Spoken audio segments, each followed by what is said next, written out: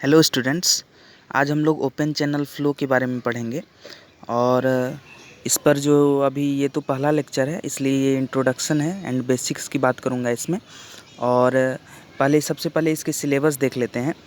इसकी सिलेबस में introduction and basics पहला है, फिर यूनिफॉर्म फ्लो के बारे में पढ़ेंगे, energy depth relationship, gradually varied flow and rapidly varied flow और हाइड्रोलिक जंप भी बोल सकते हैं, और इंट्रोडक्शन टू अनस्टेडी फ्लो या सर्ज। ठीक है, तो ये तो 2 लेक्चर में समाप्त हो जाएगा, introduction to unsteady flow surge का जो है।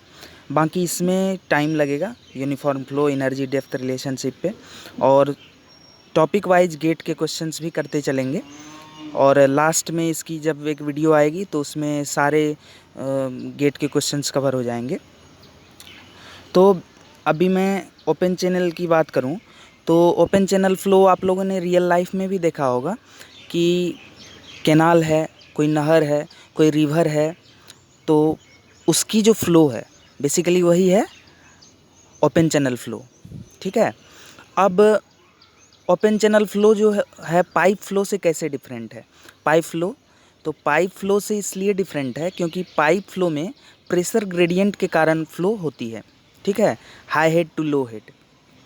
और इसमें जो है ओपन चैनल फ्लो में, इसमें ग्रेविटी के कारण ही फ्लो होती है।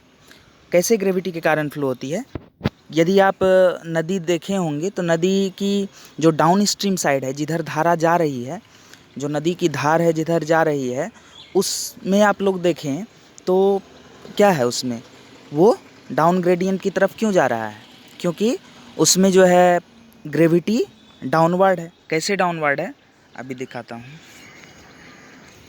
जैसे कोई एक ऐसे मैंने रिवर लिया और ये वाटर सरफेस है, ये फ्री सरफेस है, तो उस केस में ये इस साइड में फ़्लो हो रही है, तो इस साइड में अगर फ़्लो हो रही है और ये हमारा क्या है, चैनल बेड है,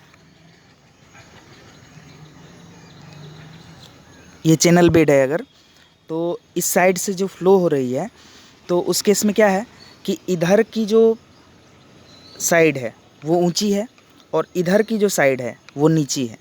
तो क्या ग्रेविटी का डायरेक्शन इस साइड होगा, जो इसको फ्लो कराने की कोशिश कर रहा होगा। तो ठीक है, ये रही ओपन चैनल की बेसिक्स। अब इसकी डेफिनेशन देखते हैं।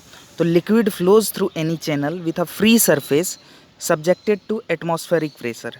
जो ये liquid flows through any channel with a free surface means जो एटमॉस्फेयर टू क्लो एक्सपोजर है। तो एटमॉस्फेयर एक्सपोजर है तो वहाँ क्या गैसेस और जो लिक्विड है उसके बीच का इंटरसेक्शन हो रहा है, उस लाइन को जो बोलते हैं वो फ्री सरफेस होती है। तो इस केस में जो हमारी फ्री सरफेस है वो top surface of the open channel होगा। जैसे कि top surface of the river is the free surface in our case. So open channel flow अगर बात करें तो सब्जेक्टेड टू एटमॉस्फेरिक प्रेशर, जो ओपन टू एटमॉस्फेयर हो। अब ओपन टू एटमॉस्फेयर की बात करूं तो रिवर हैं, कैनाल हैं, लेकिन आप लोगों ने देखा होगा कि जनरली ये गांव साइड में क्या दिया हुआ है कि एक रोलर टाइप से सर्कुलर बड़ा सा कंक्रीट स्ट्रक्चर रोड के नीचे डाल दिया जाता है। क्यों डाला जाता है? ताकि पानी जो हो फ्लो कर जाए और फ्लड में दिक्कत ना हो, रोड ना टूटे। तो उसमें आप लोगों ने देखा होगा कि पानी आधा भरा हुआ है या आधा ही जनरली पास होने के लिए भरा रहता है। तो उस केस में भी फ्री टू एटमॉस्फेयर है, तो उस केस में भी हमारा क्या है, ओपन चैनल फ्लो ही है। अब liquid flows under pressure through any conduit without having a free surface.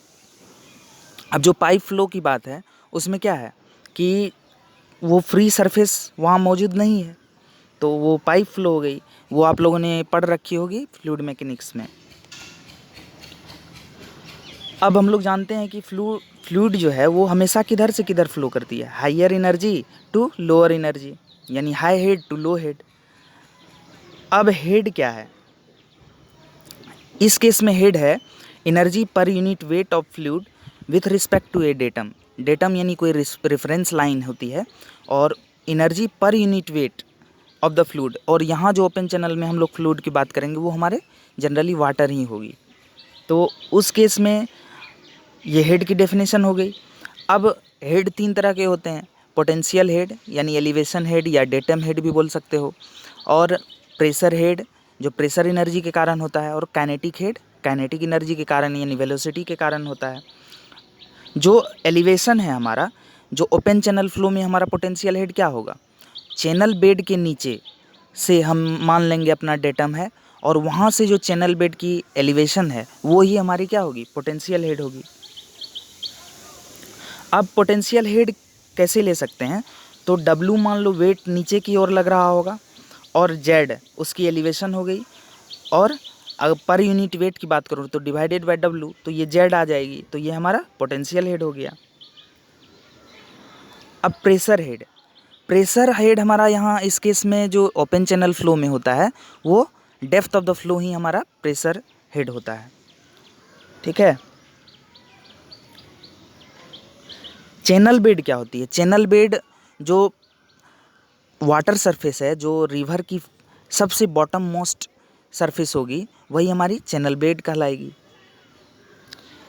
Volume इस केस में अगर मैंने एक सिलेंड्रिकल फ्लूइड एलिमेंट लिया है जिसमें कि जिसकी हाइट h है और उसका क्रॉस सेक्शनल एरिया a है, तो उस केस में वॉल्यूम क्या लिखेगी, a इंटू एच, और W इज इक्वल्स टू क्या हो जाएगा, weight gamma into A H. Gamma is the weight unit weight of fluid.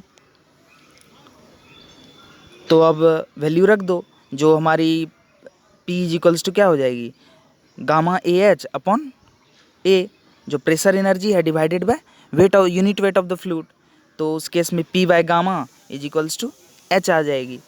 तो यही हमारी डेप्थ ऑफ द फ्लो हुई ओपन चैनल फ्लो में, जो प्रेशर हेड कहलाई।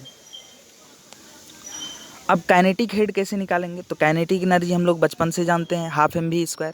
अगर यहाँ वेट से रिड्यूस करूँ m को तो क्या लिखूँगा, W/g। क्यों लिखूँगा, क्योंकि W is equals to mg होता है, तो half W/g into v²। Kinetic energy per unit weight of fluid क्या आ जाएगी, v²/2g।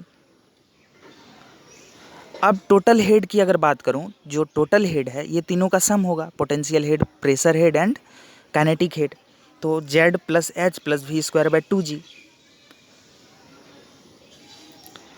अब एनर्जी ग्रेडियंट लाइन की बात करूं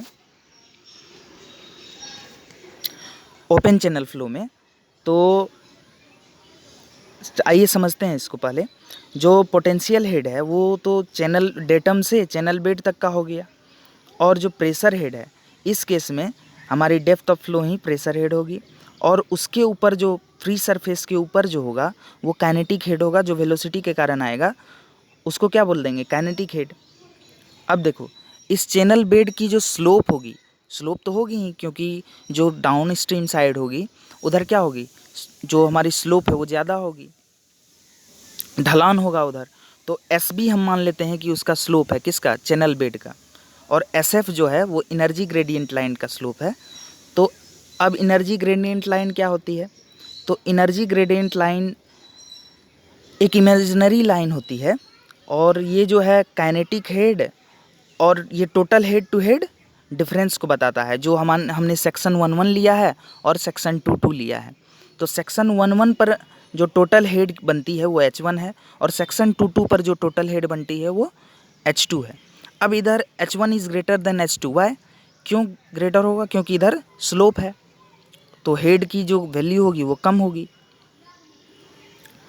तो हाइड्रोलिक ग्रेडियंट लाइन इस केस में क्या होगी, जो हमारा वेलोसिटी हेड है उसको छोड़ दो, काइनेटिक हेड को, बाकी जो दोनों बच गया H1 एंड Z1 वो हाइड्रोलिक ग्रेडियंट लाइन होगी, और ये भी एक इमेजिनरी लाइन ही है। ठीक है।